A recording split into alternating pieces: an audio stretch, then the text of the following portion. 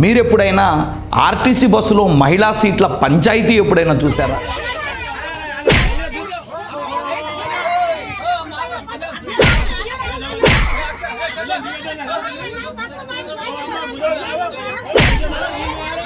అలాంటిదే మన 8వ తరగతి పాఠ్యపుస్తకంలో రూసా పాక్స్ అనే మహిళ 1955 డిసెంబర్ 1వ తారీఖున ఒక శ్వేతజాతి పురుషుడితో అలాంటి పంచాయితీ పెట్టుకోవడం జరిగింది.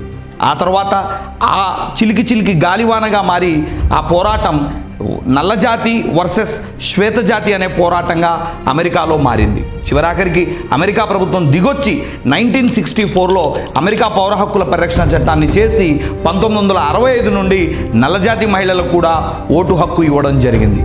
ఎస్ పబ్లికేషన్ను సబ్స్క్రైబ్ చేసుకోండి, లైక్ చేయండి, కామెంట్ చేయండి, షేర్ చేయండి.